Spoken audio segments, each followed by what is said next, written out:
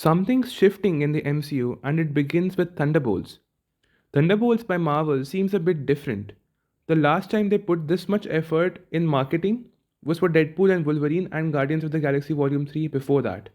This may just end up not being a movie about a team trying to kill each other but something entirely different. Strictly from a marketing and advertising point of view, compared to Brave New World, the marketing and promotion of this movie has a slight edge. The trailer, the first official trailer, was dropped a couple weeks after Brave New World's trailer was dropped. We got extended previews for this film before Brave New World got a new trailer. And recently we got two new trailers. On top of it, Marvel is holding special fan screenings across the United States. The social media embargo, which basically means that you can start posting about this film on social media, lifts up on April 22nd, and full reviews for the film go online on April 29th. The last time it happened, the embargo was lifted this soon, was for Guardians of the Galaxy Volume 3, and that turned out to be an absolute banger of a film. And I mean that in a good way. So, all of these moves, including the test screenings, the social media embargo, just shows that Marvel has a lot of confidence, and rightfully so. And let's talk about it. Recent trailers and promotional clips show that this film has real emotional weight and not just action and attitude like other films. While this movie is promising us a lot of action, stunts, and humor, there is the overarching theme here that is second chances and redemption that is evident throughout the marketing. To really understand what this film is holding for us, let's understand the characters. All of the characters here have emotional weight. Let's start with Bucky. Bucky, who is still haunted by his past actions of the Winter Soldier and is settling in the role of a congressman, free yet strung, going for leadership now, is still trying to find a place in this world. With his best friend gone, he's still looking for purpose, and that purpose might come in the form of the leadership of Thunderbolts. That is not the main point, but the emotional weightage that Bucky has, along with all of these characters, matters. There's also Yelena Belova, grieving Natasha's loss, unsure who to trust. She was also mind washed, so she's carrying guilt from that. She has a lot of pain which she probably does not know how to navigate and scares her and haunts her. In the new trailers, we have also seen clips of her past and how that past, which is dark, still has scars on her.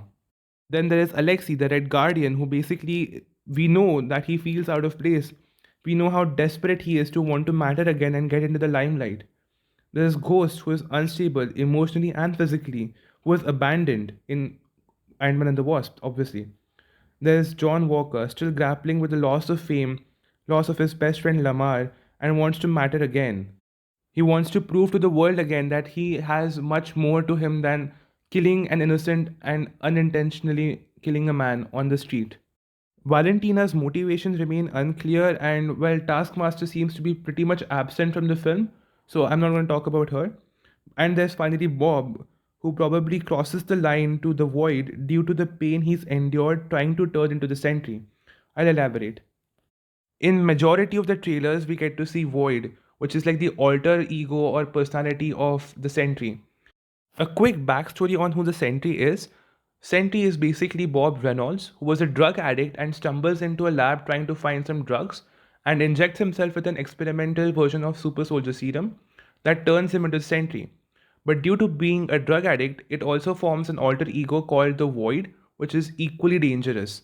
The movie seems to have tweaked the story a little bit, and the transformation of the Sentry into the Void may just be justified.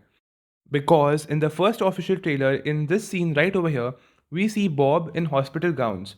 In the scene in the background, we see hospital IV drips, suggesting experimentation and mental torture. And all of these reasons is why the story has a strong core and the character has one too. All of these characters were used as a weapon or are going to be used as a weapon. They are seen as something to be used and discarded. This is also one major theme hinted is finding your identity. They are all trying to be better. They are looking for redemption, control over their lives, and are eventually pit against each other to finally unite instead of killing each other and going against Valentina's plan to find that purpose. So, the major themes of the story being weapon versus being a person, redemption, control, and finding your identity in this setting is why this is so good and different than any other MCU project so far. Another reason why this matters is because it feels personal. Let me explain. After watching multiple movies about gods, multiverses, and timeline crazy shenanigans, cosmic events, this feels grounded. Thunderbolts has the chance to ground the MCU again in a different and unique way. Thunderbolts would help give secondary characters meaningful character and story arcs, and these characters, who are just ordinary people apart from Walker and Ghost, who have some superhuman conditions, are human. They make mistake, which gives us more relatability with them. This could also be how they take down the void by a factor of relatability, by showing their true selves and humanity and accepting it. And the footage so far also points to it, and it has also already piqued my interest. Don't get me wrong, Marvel films are just not carrying that magic anymore. I think Multiverse of Madness, even Guardians of the Galaxy Volume 3, projects like WandaVision and Loki work good. But I tend to enjoy more shows more like Hawkeye, Falcon and the Winter Soldier, first half of Shang-Chi, Moon Knight to a certain extent, both the Spider-Man films, and even Daredevil and Black Widow were quite more enjoyable than Love and Thunder, Eternals, Quantumania, because these stories are grounded, these stories are relatable. We can imagine this happening. These are all the reasons why this might be Marvel's most personal film yet, told in a unique perspective from villains and discards and rejects with a blend of humor and action. So what do you guys think of this? Will Marvel surprise us again? Let me know in the comments down below, and thank you so much for watching, and I'll see you in the next one.